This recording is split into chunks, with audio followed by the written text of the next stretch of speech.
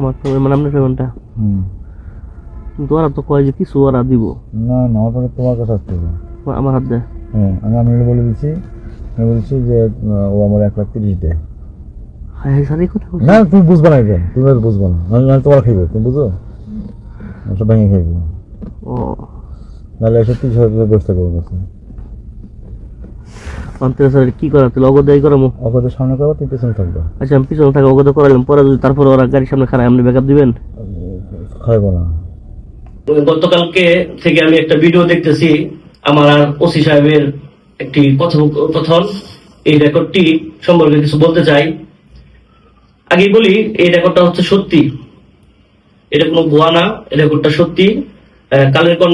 কালের কণ্ঠে আবার এটা রেকর্ড হচ্ছে, আমার কথাও এটার নিচে।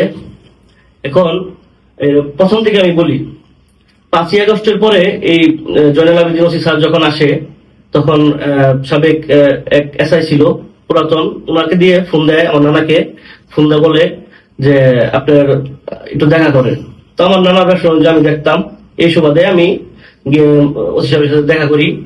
50,000 টাকা নিয়ে গেছিলাম ওনার যে বাংলোর সামনে পুকুরের ঘাটে, এই জায়গায় বসে কথা বলি ওনার সাথে। ওনাকে প্রথম 50,000 টাকা আমি দিই, দেওয়ার পরে উনি বিভিন্ন কথাবার্তা বলে, বিভিন্ন কিছু বলার পরে বলে যে আমাকে আমি যদি ব্যবসা করি তা আমাকে প্রতি মাসে ওনাকে 2 লক্ষ টাকা দিতে হবে। তা আমি বলি যে স্যার এটা আমার পক্ষে কোনোভাবেই সম্ভব না, আমি ব্যবসায়ী করি হয়তো 2-3 লাখ টাকা, এই জায়গায় আপনাকে স্যার 2 লাখ টাকা আমি ব্যবসা দিতে পারবো না।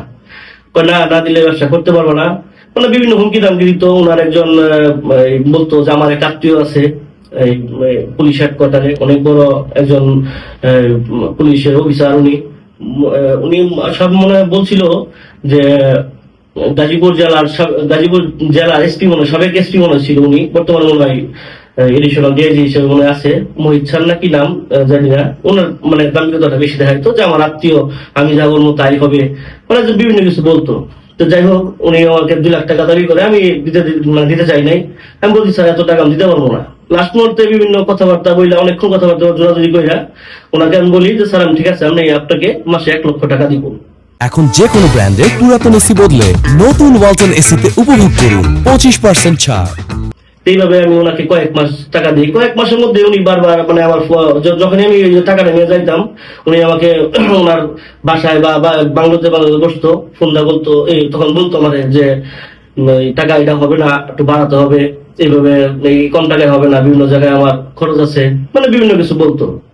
এর মধ্যে ওনাকে অনেক গেঞ্জি আমি দিছি, আমার ফোনটা বলতো যে আমার জন্য একটা গেঞ্জি নিয়ে আসো, এই গেঞ্জি নিয়ে আসো, বিভিন্ন কিছু আমি নিয়ে দিতাম।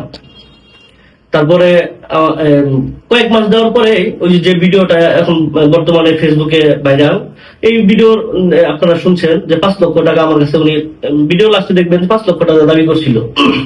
এই ভিডিওটা করা হচ্ছে যখন ওনার কথাবার্তায় বা বিভিন্ন আকারে নিতে আমি বুঝতে পারতাম যে উনি আমার ব্যবসা করতে দিবে না বা আমার সাথে খারাপ করবে, এই কারণে আমি অডিও রেকর্ডটা করছি। আরেকটা অডিও রেকর্ড আমার কাছে আছে, এটা আমি পরবর্তীতে দিব। ওনার এটা বুঝে আমি রেকর্ডটা করছি।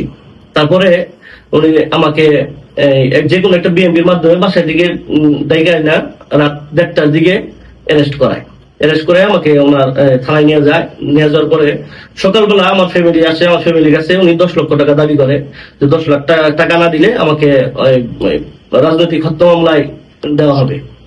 তারপরে আমি আমার ফ্যামিলির লোকেরা বিভিন্ন কথাবার্তা বইলা, বিভিন্ন রিকোয়েস্ট কইরা ওনাকে 2.5 লক্ষ টাকা দেয়। 2.5 লক্ষ টাকা উনি নিয়ে থানা থেকে বের হয়ে যায়। ওনার বাংলোতে টাকাটা নিয়েছিল, টাকাটা নিয়ে বের হয়ে যায়। পরে থানায় সে আসে না, পরে আমার হত্যা মামলা দিয়া, অজ্ঞাত হত্যা মামলা দিয়া আমাকে জেলখানায় পাঠায়। 1 মাস পর আমি বের হই। 1 মাস পর আমি বের হওয়ার পরেই আমার ব্যবসা বাণিজ্য আর নাই। এই ভিডিওটা যে যখন আমি দেখি তখন আমার মানে ওসি স্যারের যখন দৃষ্টিগোচর হয় এই ভিডিওটা, উনি আমাকে বিভিন্ন লোকের মাধ্যমে ফোন দেওয়ায়। আমার এক আত্মীয় আছে, ওনার মেসেঞ্জার দিয়ে আমাকে ওনার সামনে বসে আমার ফোনটা বলে যে আমি জানি এটা মিথ্যা বলি, ফেসবুক লাইভে এসে যেন বলি যে এটা মিথ্যা বানোয়াট, এগুলা বলার জন্য আমাকে হুমকি দামকি দেয়, নইলে আমাকে বিভিন্ন মামলা দিবে। বিভিন্ন মামলায় আমার নাম দিয়ে বিভিন্ন দেশের বিভিন্ন জায়গায় আমার মামলা আমাদের নাম ঢুকাই দিবে। মানে আমি বিভিন্ন হয়রানিমূলক ভাবে আছি। আমাকে অনেক সাংবাদিক ভাইরাও ফোন দিছে, আমাকে জিজ্ঞেস করতেছে যে আপনার কোন ভয়ভীতি দেখাইছে কিনা। হ্যাঁ, আমাকে ভয়ভীতি দেখাইতেছে। উনি আমাকে দেখা দিবে, মানে বিভিন্ন কিছু আর কি আমাকে ভয়ভীতি দেখাইতেছে। এই ভিডিওটা সত্য, আমি নিরাপত্তাহীনতায় ভুগতেছি, আমার পরিবার সবকিছুই নিরাপত্তাহীনতায় ভুগতেছে। আমি দেশবাসীর কাছে আমার নিরাপত্তা চাই, পুলিশের কাছেও নিরাপত্তা চাই। কিন্তু এই ঘুষখোর দুর্নীতিবাজ এই ওসির বিরুদ্ধে যিনি পুলিশ প্রশাসন অ্যাকশন নেয়, এই দাবি রাখি। আমি এসপি মহোদয় ওনার কাছেও আমি দাবি জানাই, উনি জানি এটার একটা অ্যাকশন নেয়। আমি স্বরাষ্ট্র মন্ত্রীর কাছে আবেদন জানাই, যেমন দুর্নীতিবাজ ওসি জানি এভাবে না থাকতে পারে, কারণ উনি অনেক মানুষের কাছ থেকে এভাবে শ্রীপুরে টাকা হাতায় নিছে। আপনারা খোঁজ নিয়ে দেখতে পারেন, তদন্ত করতে পারেন, দেখেন। তো পরিশেষে একটা কথা বলবো, সাংবাদিক ভাইদের ধন্যবাদ জানাবো যে আপনারা সত্যের পক্ষে আছেন, বর্তমানে এই পর্যন্ত আছেন। আমাকে ফোন দিয়ে অনেকেই সান্ত্বনা দিতেছেন, সাহস দিতেছেন, আপনাদের অনেক ধন্যবাদ ভাই। এই কথা আমার নিরাপত্তা চেয়ে আমি আমার ভিডিও এখানে শেষ করছি। আসসালামু আলাইকুম। এখন তো মন্তব্য করার মতো কোনো ইস্যু আসে নাই, এটা দেখতেছি, আমরা এটা যাচাই করতেছি। যাচাই করে যদি সত্যতা পাওয়া যায় আমরা অবশ্যই তার বিরুদ্ধে ব্যবস্থা নেব।